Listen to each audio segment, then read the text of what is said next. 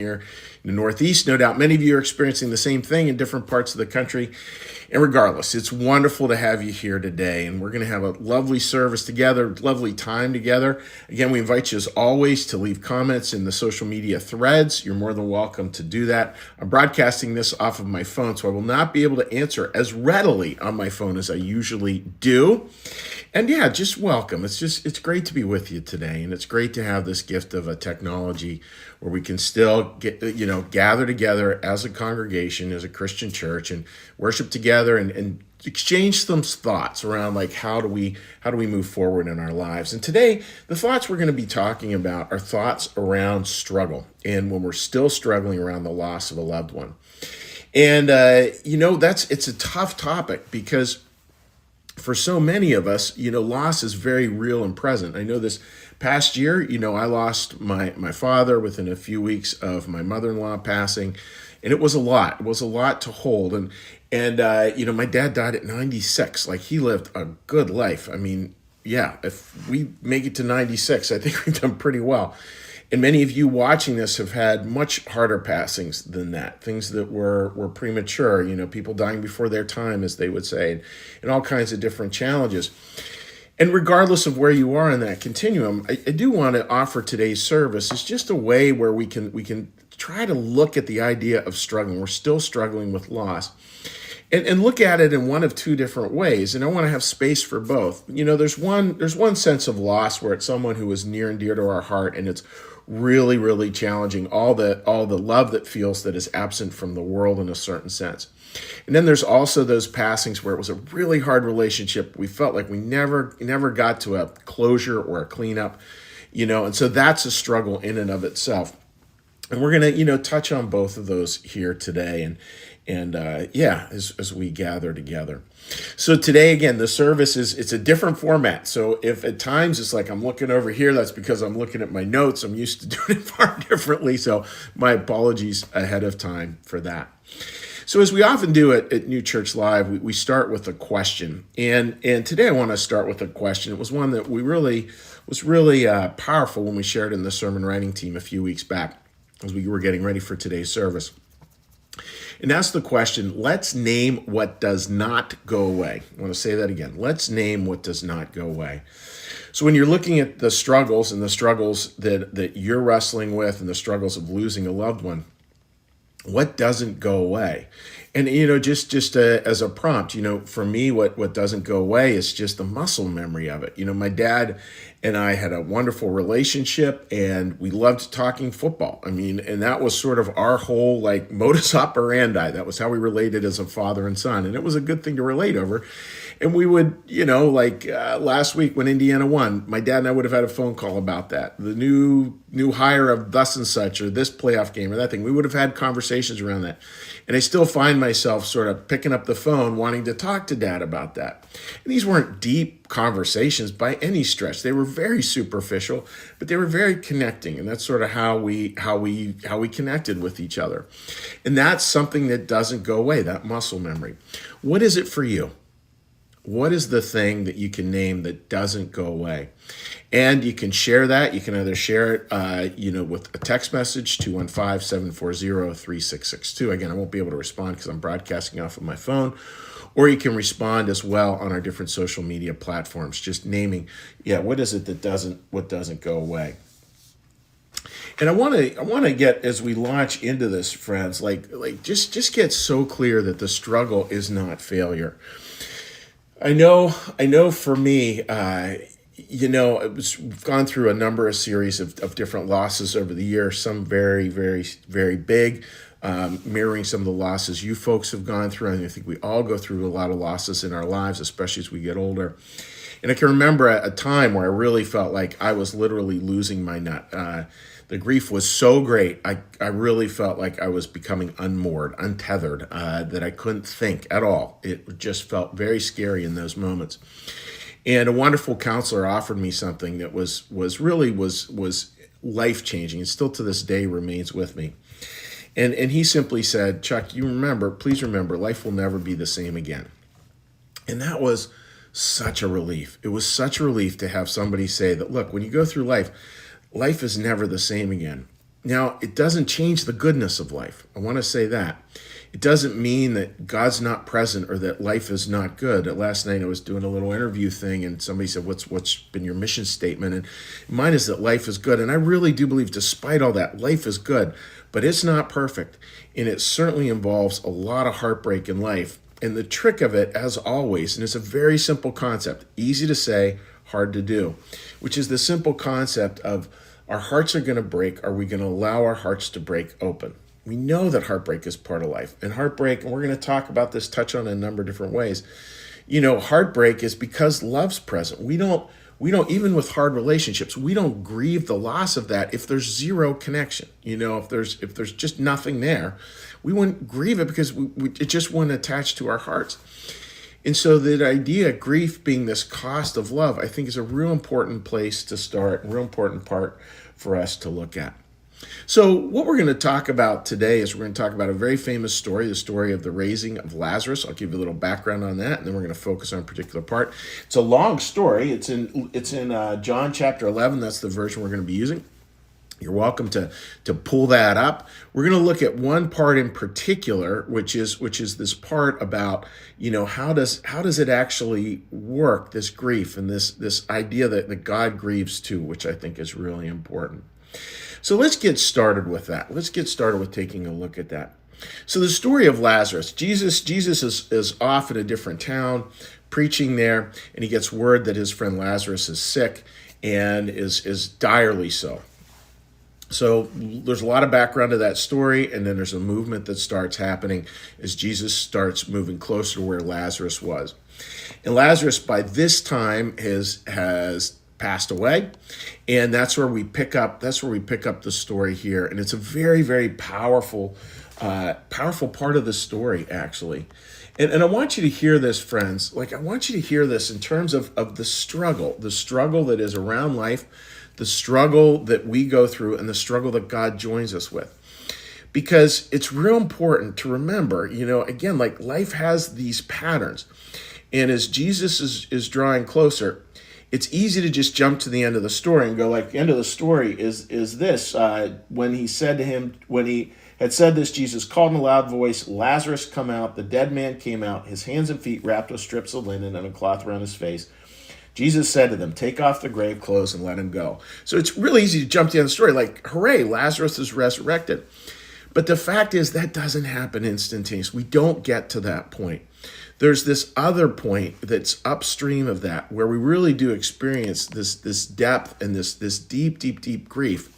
And this grief is very, very, very real. Very, very, very real. And God experiences it too. And as I'm reading this next part, always important to remember that God in two ways,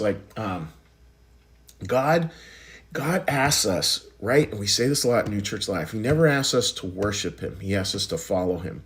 And a part of that is God following us. It's this beautiful thing of it's God with us, Emmanuel, and God with us in this grief. And you're going to see this in these lines. Very, very poignant. So let me read to you. This is John 11, verses 32 to 35, if you're following along at home.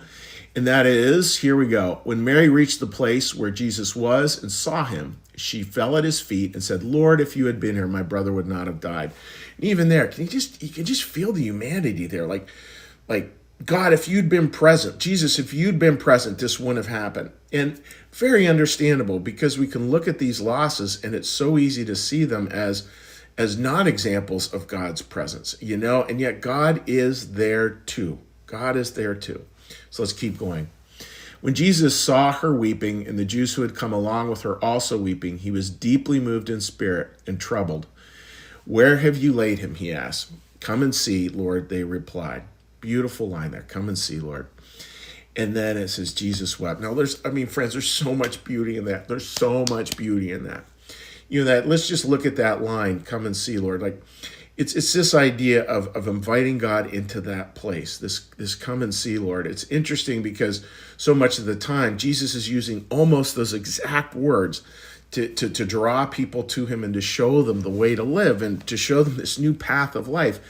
And here we see kind of almost the identical language to other places in the New Testament, but now it's flipped. And it's saying, come and see, Lord. That idea, like Lord, this is heartbreakingly hard. This is heartbreakingly difficult. And it's that offering up. And then comes one of the most beautiful lines in the Bible. Many people talk about this line because it is so powerful. And the line is this: Jesus wept. You'll hear that preached on a lot. Jesus wept. And in a way, I think that's one of the most significant pivots of the whole story. It's the idea that Jesus joins us in grief, in that place, and could join us in a very unique and powerful way that we just don't experience other places. We get a sense of the closeness of God often, if we're open to it, often in a way that just is hard to fathom. Now, we don't experience in that presence like in the immediacy of the event per se. It's more as time goes on and we see the way people show up. Mr. Rogers, look for the helpers. We start to see the helpers. We start to see how all of that happens. And it is this reminder again and again that this is what love looks like when love knows loss. This is what love looks like when love knows loss. And I read a great article a number of years ago, and it was about all these storms, and it talked about them as storms. And the gist of the article was, well, thank goodness we have them in our life, because if we didn't, what kind of life would we have lived? If we really lived totally outside the ability to be hurt by loss, what kind of life would we have lived? And it would not have been a very rich, fulfilling, and full life. I want to shift into this next part in terms of struggle, and how struggle works. And that's this idea that loss changes us. When we go through these losses, again, that story I shared, we don't go back to life the way it was. We just don't. And it's so hard it's hard for me. I imagine hard for a lot of you. It's hard to really accept that. Because we may be coming out of a life or a relationship that was really good. And so here now everything is irrevocably different. And we want to go back to that. And we can't. There's a process here. There's a process of this mourning. Now, of course, resurrection is a little bit aside. We'll get to this a little later. There's this resurrection on the far side. But when we're upstream of that, in the midst of it, that loss is going to get into our bones. It's going to get into our DNA. And it will change us. And that's where when we live life, again, our hearts will be broken. Are we going to choose to allow our hearts to be broken open? If your heart is broken open, if the heart of stone changes into heart of flesh, using New Testament wording there, your life will be very different. Full stop. Your life will be very different. And how might that look? Because some of the changes that we experience are going to be positive, and some are going to be deeply negative and deeply challenging for us. And that's going to be part of life too. I want to say that, when we look at it at a personal level, go to personal and then faith, at a personal level, I think the idea of safety and trust can get really, really different. For many of us, right, we tend to see the world, not everybody, but there's tendency to see the world, look, it'll all work out. The graph is always going up and to the right. And then all of a sudden this event happens, and things plummet. And all of a sudden our basic trust that life will always be going up and to the right is changed permanently. And that can cause us to distrust things in a certain way, and that can cause us to not feel that the world is necessarily as safe a place as it once was. We know that things happen. We know there are car accidents. We know that there's cancer. We know that there's heart attacks. We know that all this, that, and the other thing happen. And there's overdoses. You name it. You fill in the blank there. Old age happens. We know all these things happen now. And that can sort of be like a, wow, didn't think of that. And just imagine, folks, back into your 20s, probably your teens and 20s. For most of us, we sort of learned a lesson that we're sort of, life is sort of, we're always right, and we're sort of invincible in a sense. A lot of people come out with that lesson, maybe not everybody. And that changes. But also something else happens. So our hearts break. Questions, our hearts break open. Our hearts break. The idea of safety, trust, loss, all these things kind of create this miasma of change and shift. I hope I'm using that word properly. All these words of shame, of change and shift that are really hard to work with. But then something else grows when our heart gets broken open. And when our hearts get broken open, what we see is we see compassion. This deep, deep, deep compassion. And that compassion is so incredibly different. That compassion, the word compassion, as many of you know, like the root of the word literally is to suffer with. So when you have compassion, it means you're literally suffering with someone else. And very, very beautiful part of Christian New Church theology is that Swedenborgian concept that when we feel the voice of compassion, that is God speaking directly to us. That's really key. And we're going to touch on that in a minute.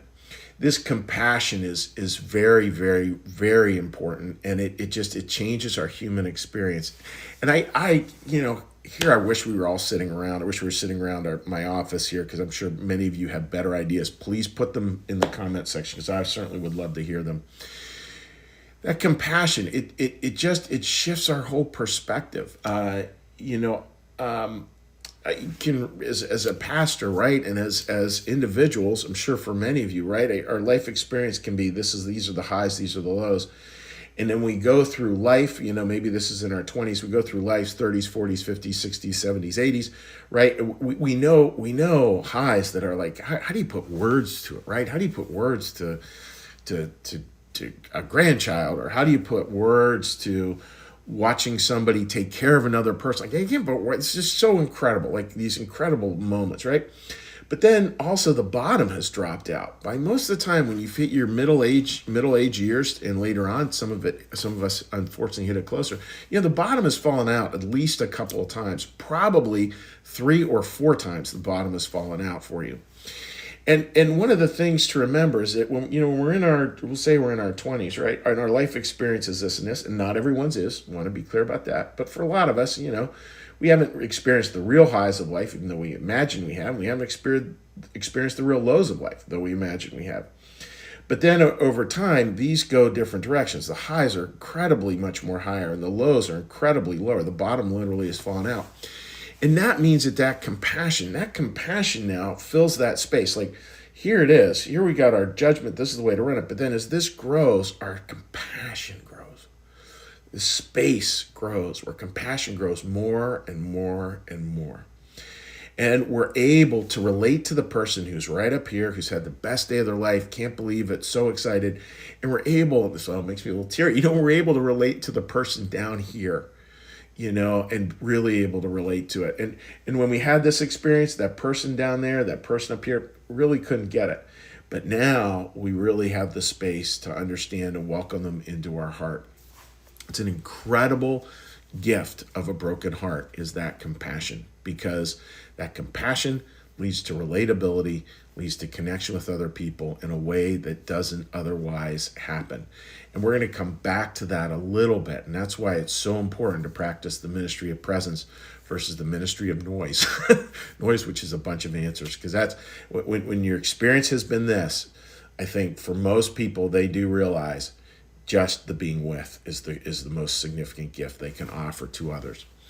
So that's with personal. Now what about the faithing? The faithing, these are Venn diagrams. I mean, they go right together. And here, faith is not shifts away from this being this certainty, and that's Anne Lamott, coined that phrase, and I think it's so brilliant. Faith is not certainty, and we tend to think of faith as certainty. It's where we know all things. We don't know all things. We just don't. But we get to experience faith much more, I think, and I love the way Emanuel Swedenborg talks about this. Faith is the eye of love. Like, faith is the way we see the world with love. And it comes from God. And that idea of that seeing, now again, that love is able to hold it all. It's not just like the romanticized version of love. It's love that holds the whole human experience. Where we really understand somehow when we've had this, the highs and the highs and the lows of the lows, we get that somehow, in some weird, strange way, it all belongs. Not that it's all good, Not that it all led to good things, but somehow that's part of life, and we're able to hold the wholeness of it. I made some notes here that I think are important. That it's much deeper, it's much richer soil. Like it's soil that's got a lot of manure, leaves, it's got a lot of stuff mixed up with it, and more will grow out of that. It's not faith as rubbing alcohol, which nothing grows in. We use that analogy a lot. And it's much richer, and boy, the faith that can grow out of that's really something else. And there's a depth to the faith like that. And that's where you get the Dietrich Bonhoeffers of the world, Martin Luther Kings of the world. That's where you get those people who really knew heartbreak in very poignant ways. And yet at the same time, in knowing that, their faith was, you could never argue their faith wasn't incredibly deep. And it also becomes a lot quieter. And that's again, like I'm going to hit on this theme a number of times. That's where, again, like we're not in the ministry of noise anymore. We're not in the ministry of proving people, that this is the way to see it, or this is the way to do it. We kind of give that up, and the sooner we give it up, the better. Because that it just is not helpful to people. I can safely say that on behalf of people going through grief. A lot of answers is not helpful. When the time is right, when God gives you the words and the opportunity, in other words, someone asks, then there can be an opportunity to share something. But we always have to be careful before that. And this idea of God is here too. I mean, I love this line of like Jesus wept, because it's this idea God walks with us. God walks with us. That is such a revolutionary view of God. And so any talk of God is sending this to you as a test, sending you this grief to see how you handle it, is hogwash, and that's a nice way to say it. It's just not true. That's not how God works. God doesn't sort of send these things as bolts from the blue, as tests of any sort. A line from Christian New Church theology is God tests no one. This is not a test. This is a journey. And it's a journey with, and there's going to be good days and there's going to be bad days, and we're going to learn to walk with, and we're going to learn to walk with each other, and we're going to learn to walk with God. That's the whole point of the curriculum here. And we start to see God is here too. And we may even experience faith on a level that is sort of beyond description. A big fan of Kate Bowler. I would highly recommend you listen to her podcast. She's a wonderful, wonderful author, professor down at Duke University around Christian history. She has so many great perspectives. And she has gone through stage 4 cancer and continues to battle that. And the thing that she said that really did strike me is her experience, and I do hear this from other people as well. Her experience that when it was really at its low, like when the bottom had really fallen out and she was really sure, like, this is it. This is the last card's been dealt.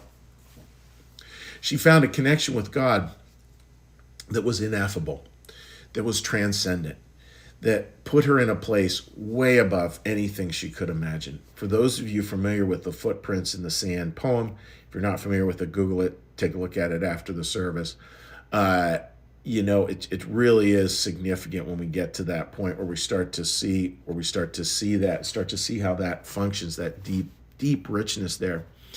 And what Kate Bowler said is, she said that actually, as life got, she was down here, as life started to get better, she actually missed this a little bit, which sounds harsh. Like, really, we'll miss that moment? And yeah, a lot of people do. And it's not that they're missing the despair of that moment. They're missing the connection of that moment. There's just a way where everything else goes away. Like, it just all goes away. That's why I think over the years, that we've worked with Ronald McDonald House down in Philadelphia, when you go down there and you serve sick kids and you have conversations, like God's right there, and there's no time for silly conversations. Like, these are people with sick kids. There's no time for anything silly. You're just right into big conversations, and that connectedness is truly amazing. And I do want to say, friends, that it's this memory of loss changes us. And the note, I touched on this before, but I want to touch on it again. We will not get back to who we were. We learn who we are now. And that's we go forward with loss. That was Nora McInerney, spoke at New Church Live. You can Google that, go back and see it. We walk forward with loss now. She also did a TED Talk on that. And I thought that was really insightful, that it's something that we learn to just carry with us. It becomes part of our life. It becomes part of our story, and we just continue to move on. And that is a big shift. And the shifts, a couple of the shifts that I think are really important, as we struggle with loss and we continue to struggle with it. I think, and this is an evolution. This is not something that happens overnight. This is something that happens over time. Initially, we're searching for closure and answers. Like, I want to have closure. I want to understand. I want to understand what happened. I want to, there's all kinds of circumstances where we hear from someone, I just want to know why this happened. And we want closure, that it's sort of this connection back and forth, that if we really understood the answer as to why this event happened, that then we'd be able to have closure and have peace. That does not seem to be in the cards. And I know as a pastor, the older I get, the more I feel like I have less answers, but more faith. If that makes sense, less answers, but more faith. There's a paradox, but that's one of the answers. You learn to trust paradox a lot more. Less answers, but more faith. And what starts to grow on the other side of that, friends, is instead of closure, we move into companionship. Instead of answers, we move towards presence. So the answer becomes presence. The closure becomes companionship. Now, how might this look? How might this look for you in your life? I want to take you back. I'm looking over from my office at our house here, and Susan and I are very privileged and humbled to be able to offer a few open houses a year. And it's always an incredibly wonderful, rich, deep experience to be able to offer an open house. And we're such an internet congregation, 99.9% online. It's wonderful to get people in person and to get a chance to sit down with those who are local and just break bread together, right? And we'd had one of those open houses. This was probably a couple years ago now. And Susan and I, it's coming to the end of the evening. Susan and I are at one end of our long dining room table, and we're chatting with some dear friends and having a great time. And then I look down out of my peripheral eye, corner of my eye, and I noticed who's at the other end of the table. At the other end of the table was 4 or 5, I'm forgetting the exact number, but 4 or 5 people from the congregation who had all lost children, which is about as hard a loss as anyone could ever imagine. And I don't know how much they knew each other before. Probably some of them knew each other a bit, but probably most of them really didn't. And here they are at a dinner, and they're just sitting down there and they're having that connection.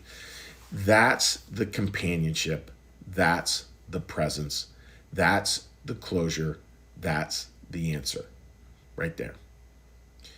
Because they'll just know stuff that I can't offer, that maybe you can offer, but for a lot of us who are watching this today, we can't offer into that. There's something there.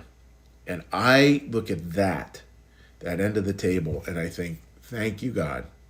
That's heaven. That's what that connection is. That's what that relationship is. Christianity is always about a relational faith. That's seeing the world with the eye of love. That's what this is. This is what this life's journey is all about. And that's where, again, they're not exchanging the answer to all things. There's nobody holding. I'm sure I was not listening in, but I am sure no one was holding court there. I'm sure they're just listening with open ear, a full body listening, where they're really just listening with complete presence to the other person. And they all sort of know what this is like. And there's probably a lot of, I had this experience. And there's probably just a lot of simply nodding of heads. And there's probably a lot of, that was incredibly hard. And a lot of sharing of tears and a lot of sharing of laughter. That's the answer when we're still struggling, is finding it. Because hell will always tell you this, right? And hell will always tell you, you're alone, no one understands, God especially doesn't care. That's going to always be the message of hell. And that's just not true. And again, a little bit of an aside is, just to keep on remembering, if there is if there is a way, we can help here at New Church Live, and you're still struggling, you want to have a conversation, like let us know, and either we can have the conversation or we can put you in touch with people who've gone through some of the same life experience. We were supposed to have a dinner tonight, a night of remembrance, to allow people to do that. It did not happen because of the snow. Oh, crazy. But anyhow, we will reschedule that down the road. I little aside, I did reschedule it, and then a dear friend said, Chuck, you rescheduled it for Super Bowl Sunday. So in honor of my dad, I'm going to move it off of Super Bowl Sunday. And so stay tuned for a new date and time for that. But that's the answer. Those are the answers that we start to get and that really do start to make a difference in the world. And now to shift gears to go to the last part. Again, the beautiful last part of the story is Jesus said to them, take off the grave clothes and let him go. Take off the grave clothes and let him go. Now, so much of the Bible, like the New Testament, right? It's filled with all these little nuances of language, these little nuances, right? So here, Lazarus comes out, and he's been wrapped as they would have wrapped people at that time, and he would have had a sort of a handkerchief over his face, and then he's able to step out of that, right? And we see a resurrection. Two meanings there, friends, right? So steps off, take off the grave clothes. Well, remember, these were also people who were mourning. The people who were alive were there mourning. And I think Jesus is speaking to both. It's take off the grave clothes, take off that deep, heavy garment of mourning. And it doesn't mean, again, friends, that all of a sudden life is yippee skippy and rainbows and unicorns. It's not. That loss has been internalized. That sadness is now part of us. But it also makes life incredibly rich. Again, heartbreak into learning how to be heartbroken and to move that forward into the world. Heartbroken. Our hearts broken open and moving that forward into the world in ways that can make a huge difference to other people. But we carry it with. And that's where again, when we get to that resurrection side of things, we've gone through that journey. And if you look at it, you could look at it as Easter. Friday, Jesus gets crucified. Saturday's just a lot of waiting and despair. And then resurrection happens on Sunday. I think wash, rinse, repeat. We go through that death and resurrection cycle again and again and again in very traumatic ways and in very small ways too. But that resurrection part is just so important. And here I'm offering this to those of you who've experienced recent loss. And I know there's a lot of you who have. And that's this idea, friends. Like, there are many things, right? As we get older, right, we don't have answers. We don't know stuff as maybe in the same assuredness that we once did. We're much more curious. We're much more open to different perspectives. Hopefully we do that. And then I think for most people as they age, they do grab onto a few things that they really know well, and they know them with a capital K. They just know them. They know them. And that knowing is look, you will see them again. I know that in my heart of hearts, that you will see them again. And oftentimes, not all the time, there's these little God winks along the way, these little moments where just we get this sense of their presence. We hear a song or a smell, or we find a thing, or we see a cardinal, or these are ones that I know about, that just are these little reminders of loved ones. And some of them really are incredible. And they're just this reminder of presence. There's just a reminder, there's something much bigger here. They don't erase the heartache, but they do sort of create a holding. I remember one that was very stark in my mind, and some of you have heard this story before, some of you haven't. It was a very poignant one. I'd done a wedding, and about a week, 2 weeks later or so, I get a call from one of the groomsmen at the wedding, and it was a groomsman who I didn't know. And what had happened is his brother had passed unexpectedly at age 31, I believe, 31, 32. And had passed totally out of the blue, had passed away. And he was asking me to do the funeral. So this was not a family I knew. It was not a young man I'd ever met before. The young man wasn't at the wedding. So I had no connection with the person. But of course we're going to do that. So traveled over to New Jersey, over to Vineland, New Jersey, to the funeral home where they're having the viewing. and try to talk to the parents. Understandably, they're distraught. They can offer me almost nothing, and I'm not going to push it because I can only imagine how hard that moment would be. And I probably should have figured out a different way to talk to them than at the funeral, at the viewing. Should have definitely figured that out, but I didn't.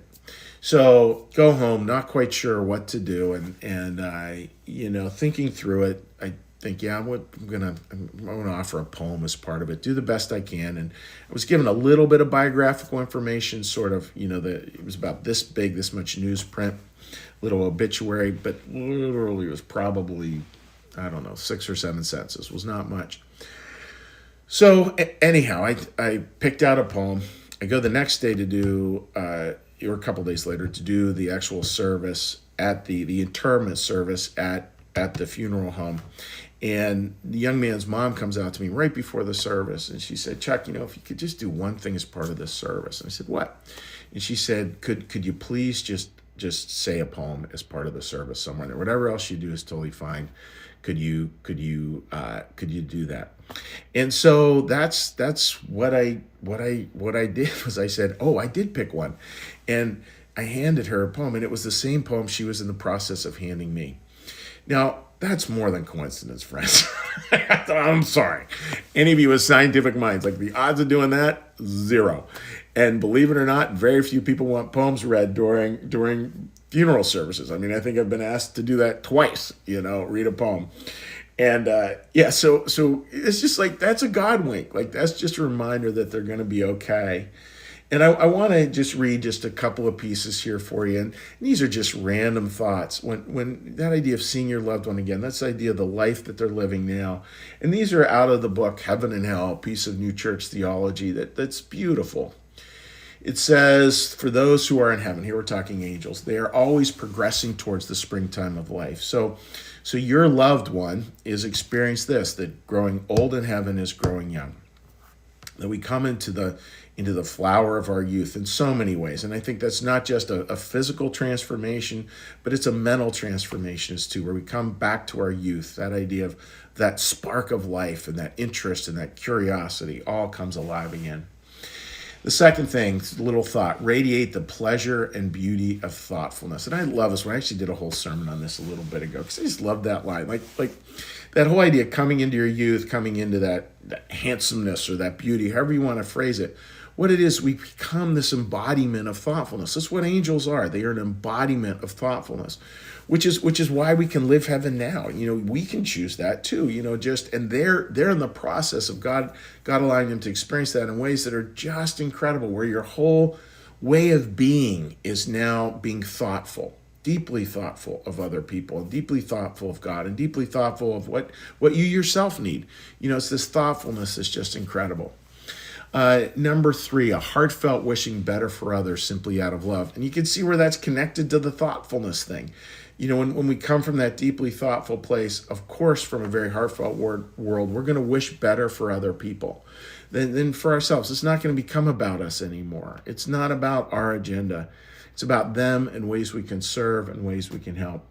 And the final sum of this, a joy that leads to unimaginable peace. I love this idea that heaven just, peace is kind of the air we breathe up there. Joy is the music we hear. And it's this joy that feeds into peace. It's like where life we just come back to that, like, oh, life is really good. We just get to experience that again and again and again, this deep goodness. And all of a sudden that, those things that we had struggled with, the safety and the trust, that changes now pretty dramatically because there's huge safety in that. There's huge trust in heaven. And, there isn't even anything else but that. And that's a beautiful place to be. So closing here, friends, this I heard and I really liked, that wounds heal, scars remain. So the open wound of our life, that will heal over the course of our life. The scars will remain, but those scars are a sign that you've lived. Those scars are a sign that you've loved. Those scars are a sign that you've done this thing called life, and you did it in a deep way.